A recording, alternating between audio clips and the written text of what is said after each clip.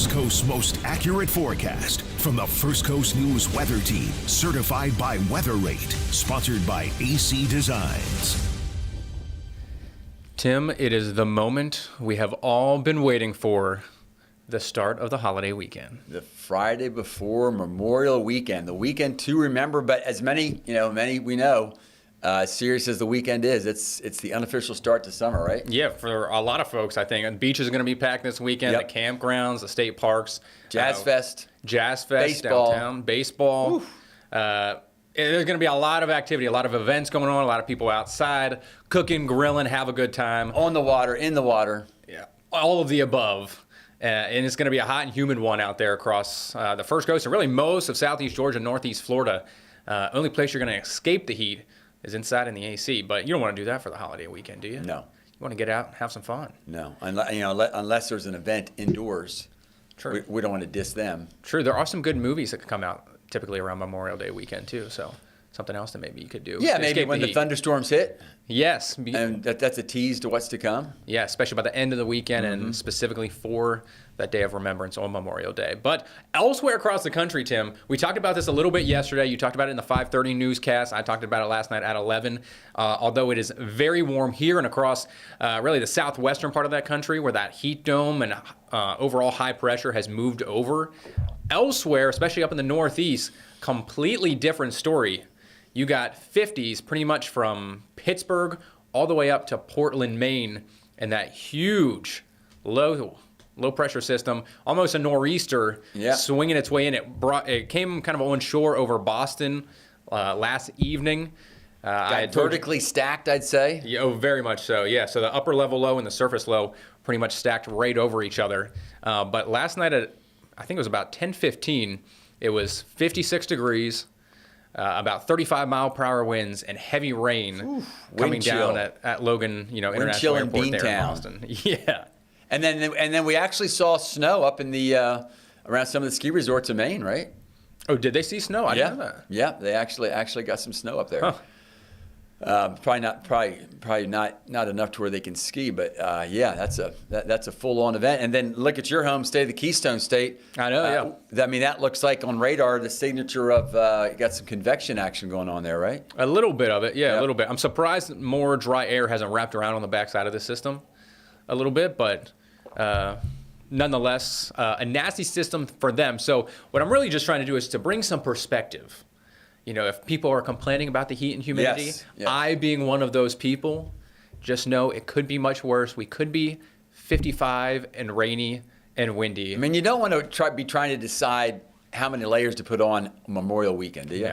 No. I do remember as a kid, and I was thinking about this morning, I do remember as a kid going to the Jersey Shore, and it was like Memorial Day, Memorial morning, and the dads wanted to go early, and so we got out there early. And I do remember that, like, the temperatures it was clear and calm, and it later warmed up, but temperatures were like in the upper 30s, and the ocean temperature was about 58. But of course, we had to get in. Yeah, no issue with that here this Memorial Week. No. When I even kind of to piggyback off that, we always had a parade. I was in marching band in high school, and Memorial Day So morning. many talents. Now I forget what did you play?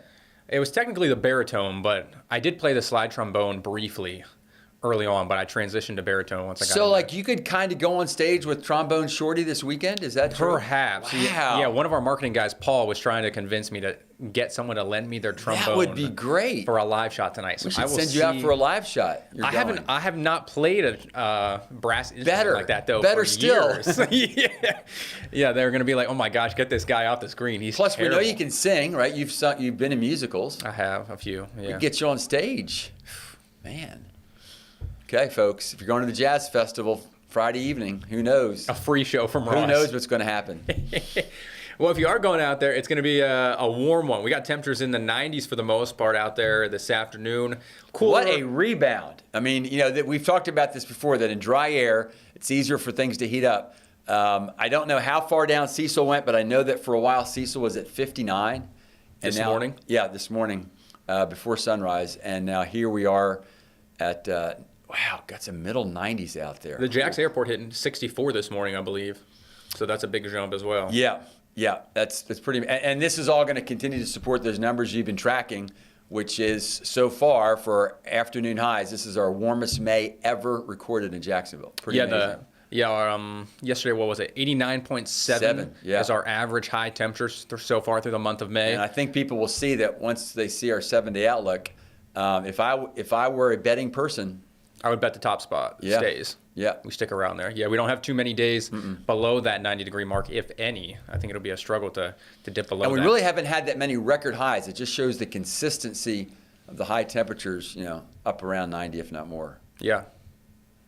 But at least, we've had enough jazz festivals that have been rained out to where it's going to be warm. But at least tonight and tomorrow, no concerns about rain causing an issue there. No, I think any rain chances tomorrow will be further south, and we'll kind of touch on that here further. Sunday, by the afternoon and evening, we will see at least some shower and storm activity. It won't be widespread, so don't let that deter you from going, but that'll be something we'll also be talking about. But this is something I teased ahead to yesterday, Tim. Oh, yes. That is near and dear and close to my heart. And you think you're gonna catch all three, right?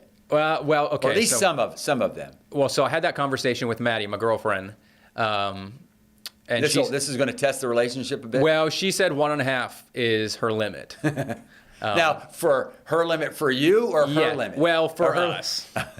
Because she knows that. We'll tune in Monday. You can tell us how things went. So I'm just looking at this real quickly because I have not done this. So it looks like the only iffy race is Charlotte, maybe. Yes. Okay. Yeah, so the Monaco Grand Prix, Formula One race over in Monte Carlo and Monaco. And you're working hard. You were going across the pond to put a forecast together. Oh, I know, yeah. Nice job. You got to be thankful for some of those, longer range models out there.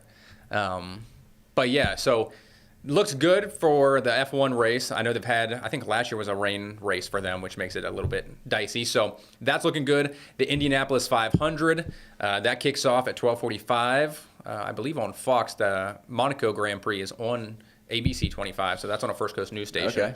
But looks pretty good for Indy. I think there could be some showers in southern Indiana, but it looks like it'll stay just far enough south that they've got a nice, day out there at the Brickyard. And then the Coca-Cola 600 in Charlotte, 6 p.m. It does look like by, I would say maybe 4 or 5 o'clock, and then through the rest of the afternoon, there will be some scattered showers and thunderstorms around. So it might be a little bit of a toss-up whether that race is either delayed or gets, in at all, perhaps. I believe that was a year or two ago that I think it got postponed until the following day. They had a whole bunch of rain, and that may not have even been in Charlotte. But yeah, that might be the only dicey one. So, will you watch any if there is a rain delay, then what happens with you and your significant other? Like do you play chess while there's a delay? Or? Oh no, she'll say, I know what you missed your chance. Do people know about you and Legos? I mean, do you possibly? Is that really a thing? Do you put together another? I'm impressed by that model you do. Do you do another Formula One while you're waiting for the rain delay in Charlotte? Yeah, we might have to drive down to the Lego store in Town Center and purchase another one. I'm a big Formula One fan. I have a son-in-law that is the same way, and of course, I remember doing Legos as a 6-year-old. But you guys take it to a whole nother level. Yeah. Amazing. Well, I had to. We went down to the Miami Grand Prix at the start of the month, so. You got to show your dedication and your resilience toward it. What do you call yourself? Like a Formula Oneer? I mean, is there something y'all say that only you understand what that means? No, I think you're just a race fan. Okay, race fan. Just a race fan. But nonetheless, we'll come back locally for the rest of the forecast here. Tonight, Tim, yes. Dry air is still generally in place. So we're still expecting those temperatures to cool down fairly nicely. I'll say it again just because I'm the old guy. But I can't tell you how relaxing it is for me to know that this evening we're not going to be, because I love the Jazz Festival, and I've always tried to be optimistic and positive about it, even when it was Mayport and then went over to Metro Park. But I can't tell you the amount of times where I'm like, maybe there's going to be a 30. But just to be able to say, hey, tonight, no concern for thunderstorms. I love it. And even tomorrow then, as we said, most of the day is looking good. It's going to be another warm one, especially inland areas. So we showed this yesterday for today's forecast, and it showed 95, 96 for areas like Lake City and Baker County even. So I feel like it's overdoing it just a hair. Maybe, but because I thought it was, but I mean, Gainesville's 95 right now. Okay. And number two, I'm going to appreciate you must be coming a local. When you see lower 90s and you're saying a warm one, I think even locals in May would start saying kind of hot.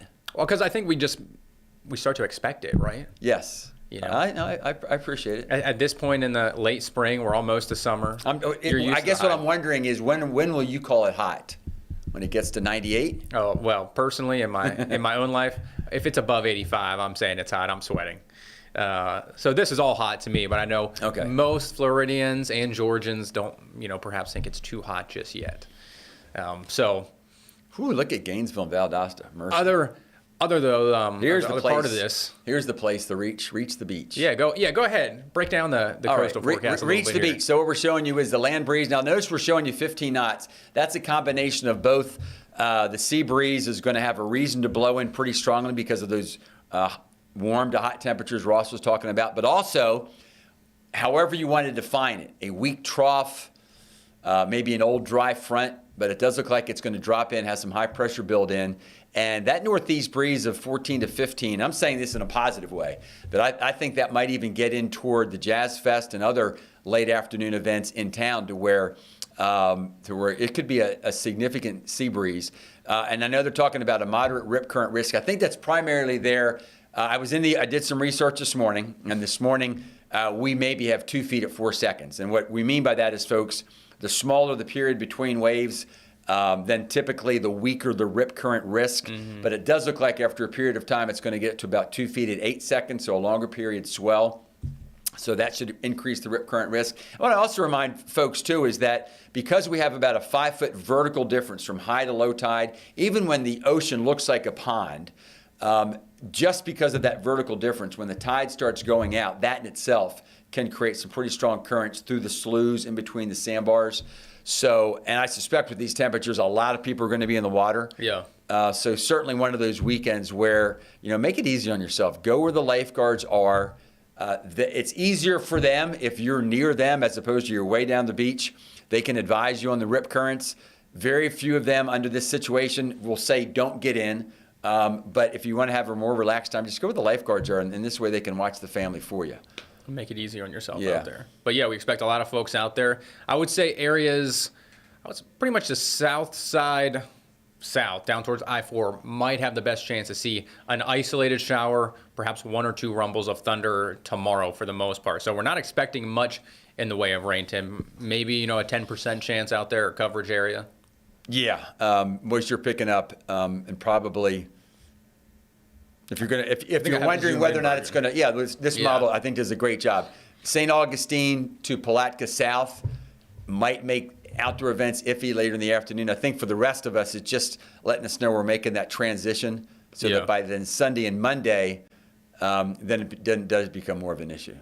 I think I do have Sunday in here, which will have a slightly better chance for it. Yeah, there you go. So we're not saying a washout, folks. We're just saying that by Sunday, it's going to start to become more of that summertime scenario where a beautiful sunny morning and humid then gives way to heat, and then you start wondering about those thunderstorms that probably when they form, they're not going to move much. No, I would expect them to be pretty stationary initially.